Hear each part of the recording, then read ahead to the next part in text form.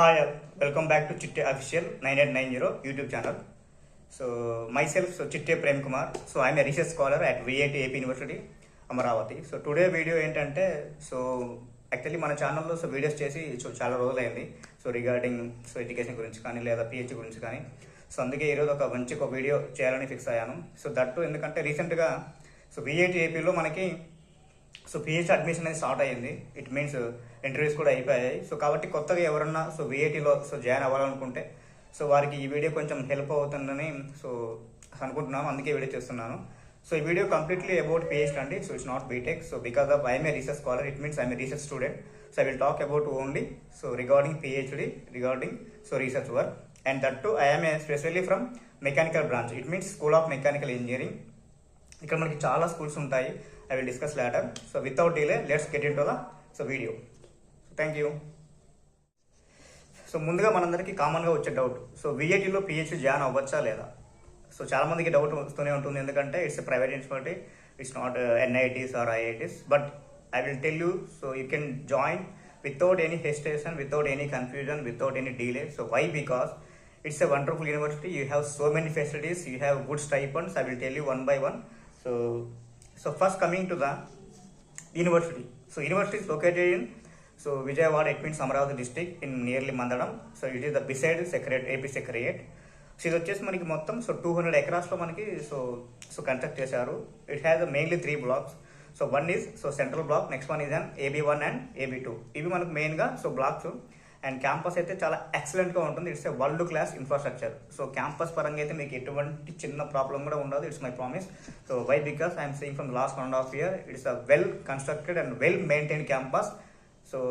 నేనైతే ఇంతవరకు ఎక్కడ చూడలేదు ఇంత మంచి క్యాంపస్ అండ్ ఇంత నీట్గా ఉండే క్యాంపస్. క్యాంపస్లో మీరు వచ్చేసి అట్లీస్ట్ మీరు గ్రౌండ్లలో తిరుగుతున్నప్పుడు మీకు ఇంత చిన్న పేపర్ ముక్క కూడా కనపడదు. క్యాంపెయిన్ మీకు ఇట్ మీన్స్ అంత నీట్గా మెయింటైన్ చేస్తూ ఉంటారు. It's a well constructed and well maintained university. In my opinion. Once మీరు వచ్చి ఇక్కడ చూస్తే మీకు కూడా అదే ఫీలింగ్ ఉంటుంది. అది మనకి మెయిన్గా క్యాంపస్ గురించి. అండ్ కమింగ్ టు PhD గురించి మాట్లాడుకుంటే, అండ్ ప్రజెంట్ అయితే మనకి ఇక్కడ PhD అడ్మిషన్స్ అనేవి స్టార్ట్ అయ్యాయి. ఇట్ మీన్స్ అంటే లాస్ట్ ఏప్రిల్లో మార్చ్ అరౌండ్ ఎగ్జామ్ అయిపోయింది. అండ్ లాస్ట్ వీక్లో ప్రతి డిపార్ట్మెంట్ నుంచి మనకి ఇంటర్వ్యూస్ అయితే కంప్లీట్ చేశారు. ఇంటర్వ్యూస్ మనకి ఇవి రిజల్ట్స్ మేబీ ఈ వీక్లో రావచ్చు, ఒకవేళ వీడియోస్ కన్నా మీరు ఇప్పుడు చూస్తూ ఉంటే.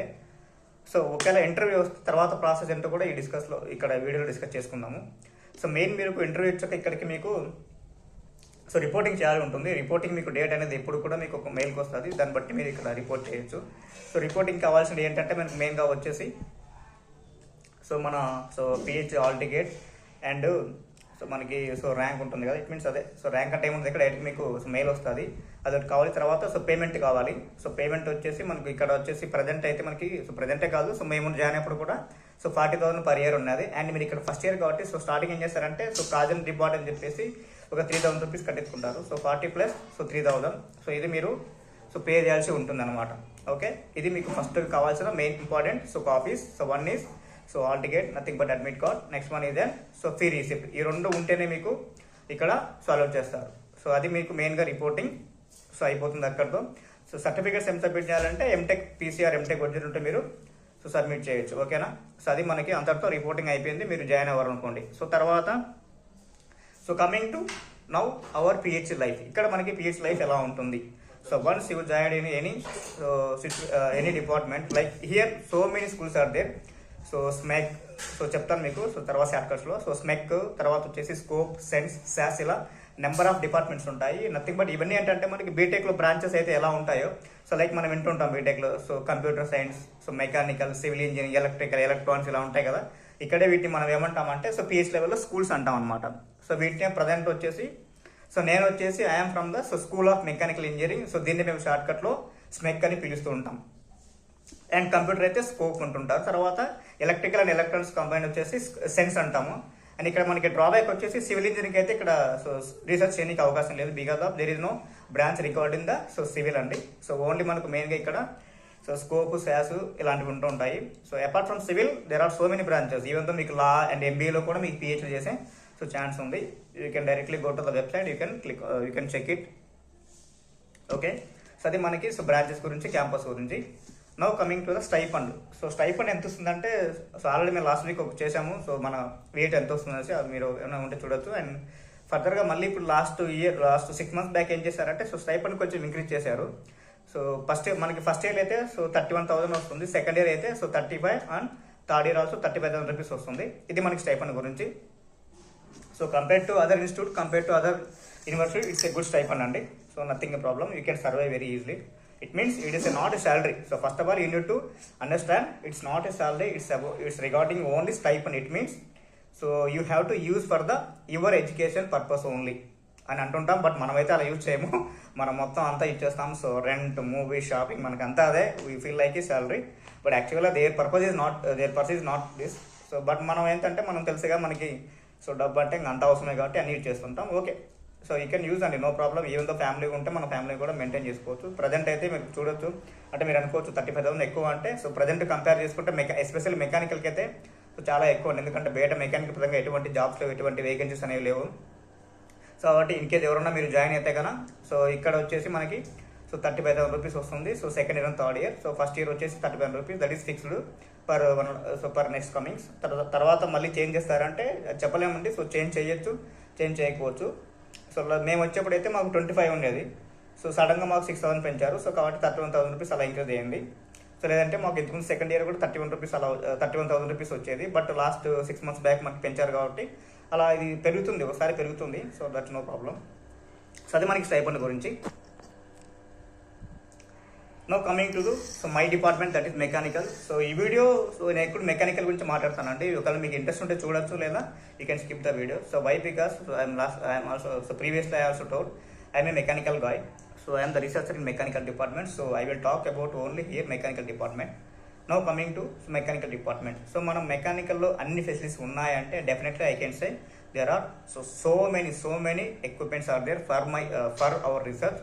సో మెయిన్లీ మన మెకానికల్ పరంగా వచ్చే వాళ్ళకి చాలా మందికి ఐడియా ఉంటుంది. సో మెయిన్లీ మనకి మెకానికల్లో మనకు గుర్తొచ్చేది ఎక్కువగా so UTM, so universal testing machine. So అది మనకి ఇక్కడ ఉంది. సో దాంతో మనం so tensile compression and flexural చేసుకోవచ్చు. కాబట్టి మెయిన్గా మనకి అదొకటి ఇంపార్టెన్స్. తర్వాత వచ్చేసి ఇక్కడ ఇంకా మనం సో మనకి తెలియని ఎక్విప్మెంట్స్ కూడా చాలా ఉన్నాయి. అవి మీరు ఒకసారి సో విఐటీకి వచ్చి విజిట్ చేస్తే మీకు చాలా యూజ్ఫుల్ అవుతుంది అండ్ అర్థం కూడా అవుతుంది. ఎందుకంటే ఇక్కడ సో ప్రతి ఎక్విప్మెంట్ ఉంటుందండి. సో మనకి రీసెర్చ్కి ఏవైతే అవసరమో ప్రతిదీ ఉంటుంది. సో నేను మీకు ఇంపార్టెంట్ కొంచెం చెప్తాను. సో ఫస్ట్ మెకానికల్ ఉండే ఎక్విప్మెంట్ చెప్తాను. సో యూటీఎం ఒకటి అయిపోయింది. సో తర్వాత మనకి సో రిగార్డింగ్ సో వర్క్షాప్ పరంగా చూసుకుంటే, సో వర్క్షాప్లో మనకి లేత్ మిషన్ ఉంటుంది. తర్వాత వచ్చేసి సో గ్రైండర్స్ ఉంటాయి, తర్వాత జిగ్సా ఉంటుంది, తర్వాత రిమైనింగ్ టూల్స్ అన్నీ ఉంటాయి కదా. సో టూల్స్ పరంగా అయితే మీకు అన్నీ ఉంటాయి. And rather than more important we have so CNC milling machines and CNC lathe machine also. ఇవి మనం బయట చాలా తక్కువగా చూస్తుంటాం. ప్రతి VITలో మనకి 2 మిషన్స్ అవైలబుల్ ఉన్నాయి అండ్ ఈ వర్కింగ్ కండిషన్లో ఉన్నాయి. మనం వీటి మీద వర్క్ కూడా చేసుకోవచ్చు. We have knowledge, we have interest. Okay, అది the biggest advantage of here. And ఇక్కడ మనకి రోబోట్స్ కూడా ఉన్నాయి. సో రోబోట్ గ్రిప్ కట్స్ అంటాయి కదా, అవి కూడా ఉన్నాయి. సో ఒకవేళ మీకు రోబోటిక్స్ మీద ఇంట్రెస్ట్ ఉంటే ఇవి కూడా మీకు ఇక్కడ సో నేర్చుకోవచ్చు. సో తర్వాత వచ్చేసి ఇంకేం చెప్పాను, సో లెత్ మిషన్స్ అయిపోయినాయి. సో తర్వాత వచ్చేసి సో షీరింగ్ మిషన్ కూడా ఉంది.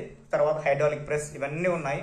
సో దాంతోపాటు మనకి 3D printing. So now the important technology that is 3D printing. ఇక్కడ మనకి 3D ప్రింటింగ్ మెషిన్స్ వచ్చేసి సో అరౌండ్ 3-4 ఉన్నవి. That is the so working 3D printers.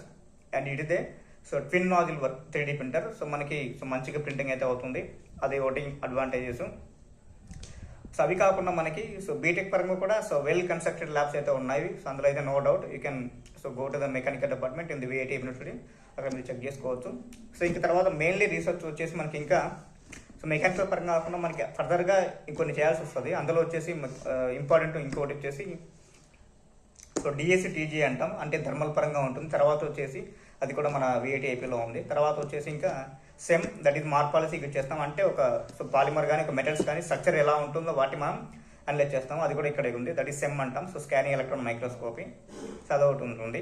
So తర్వాత ఎక్స్రే రిఫ్రాక్షన్ సో మీటర్, అది కూడా మనకు ఉంటుంది. అది కూడా మనం ఇక్కడ యూజ్ చేస్తూ ఉంటాము.